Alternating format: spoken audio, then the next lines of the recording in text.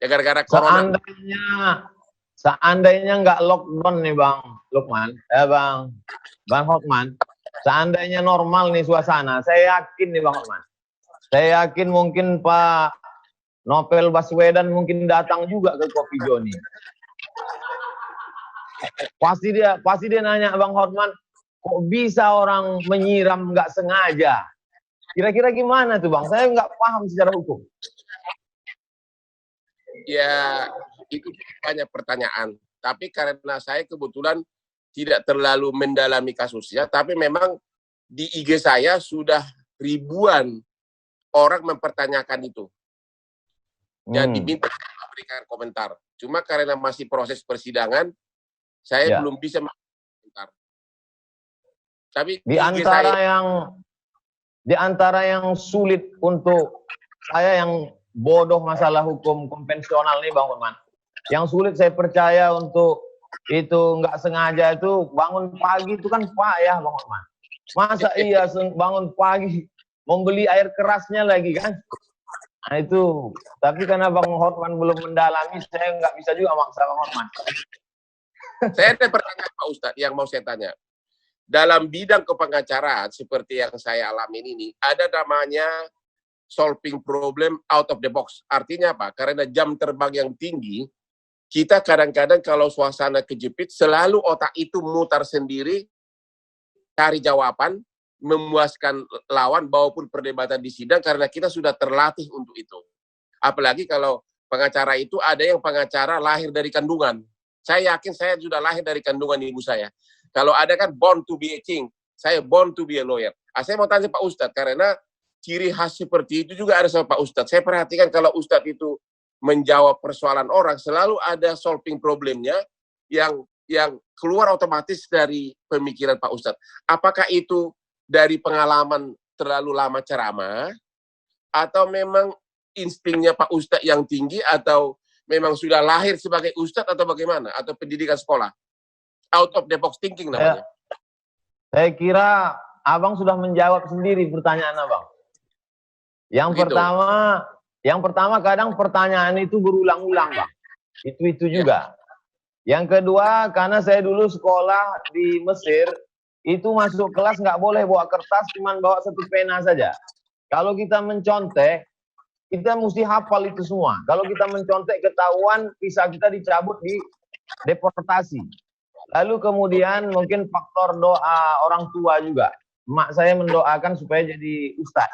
Mungkin yang terakhirnya itu born to be ustadz. Born to be ustadz ya. Jadi itu adalah terlatih dari selalu memakai brain ya, mengandalkan kemampuan kita. Akhirnya dia jadi tajam pemikirannya ya. Artinya ibarat air, kalau dia mengalir, dia pada saat dia air itu kejepit, akhirnya dia mencari alurnya sendiri, begitu kira-kira. Setuju ya? Iya Bang, ada namanya Ibnu Hajar. Ibnu itu anak, Hajar itu batu, anak batu. Jadi dia sulit untuk belajar. Lalu kemudian suatu hari dia lihat ada batu besar ditetesi oleh air. Air yang terus menetes. Sampai akhirnya batu itu berlubang. Disitulah dia, kalau kita sering ketuk pintu, lama-lama yang punya rumah dibukakannya juga pintu. Kalau terus ditetesi, jadi saya kira termasuklah juga kita ini, saking seringnya kita intip-intipan IG ini, akhirnya jumpa juga kita. Pernah saya intip IG Bang Hotman itu, Abang posting video saya tentang bangun subuh. Saya katakan berawal dari keterpaksaan, lalu kemudian menjadi kebiasaan. Abang posting itu di IG Abang. Berawal dari keterpaksaan, lalu kemudian berubah menjadi kebiasaan. Apa yang menarik bagi Abang tentang bangun subuh? Karena itulah yang saya alami tiap hari. Karena terpaksa kita harus mencari solusinya. Akhirnya menjadi kebiasaan. Itulah saya itu, kalau saya kan selalu real case tiap hari. Tiap hari case itu tambah satu, besok tambah satu. Sementara ratusan perkara masih pending di Mahkamah Agung, pending di sini. Sehingga otak kita itu menjadi seperti legal mind istilahnya.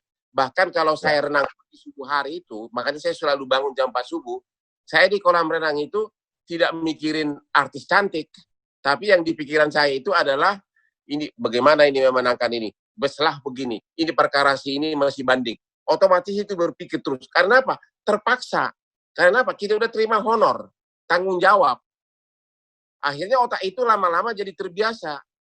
Kalau orang lain kan mikir, gimana caranya nangani ratusan perkara kayak gitu. Memang kelihatannya susah, tapi kan udah terbiasa, itu menjadi enteng. Saya juga melihat Ustadz kalau ceramah itu kok gampang benar itu menjawab pertanyaan orang. Jawabnya selalu, istilahnya bahasa Inggrisnya itu plain language. Bahasa yang sederhana tapi menggigit gitu loh. Oh. Dan tepat. Ada satu video saya lagi abang posting terkait tentang buaya darat. Itu yang mau saya tanya. Saya memperkenalkan ada 4 jenis buaya. Satu buaya benaran. Satu buaya cinta. Yaitu buaya cinta adalah orang yang sudah punya keluarga, punya istri, tapi punya pacar di luar, tapi tetap tanggung jawab kepada istri dan anak nomor 1. Yang ketiga, buaya darat. Buaya darat ini adalah orang yang punya istri, tapi juga punya pacar-pacar di luar dan kawin terus, gitu loh. Satu lagi, tapi dia masih memperhatikan anak istri. Yang terakhir adalah buaya jahanam, yaitu punya istri, nikah, dan anak istrinya dibuang. Menurut Pak Ustadz, dari buaya asli kan buaya yang hidup di laut. Dari buaya cinta, buaya darat, buaya jahanam, ada nggak satu yang buaya cinta masih bisa dibenarkan nggak? Secara agama maupun secara moral. Kalau dalam Islam, Bang Onman, dia ada batasan. Jadi ada emergency door. Jadi macam kita naik pesawat itu, kata si pramugari, ladies and gentlemen, ini ada pintu keluar, pintu masuk, satu ini saja. Tapi kalau pesawat ini nanti meletup masuk jurang, ini pintu kiri bisa kau buka, kata dia. Itulah dia poligami ya gitu. Jadi selama dia pernikahan resmi, kemudian sekarang diikat oleh aturan negara, ada izin istri pertama yang disahkan ke pengadilan, itu banyak yang udah saya ajarkan, tapi saya belum mengamalkannya. Nah itu, jadi masih dibenarkan. Kalau dia diakui secara hukum negara dan agama. Begitu Bang Hotman.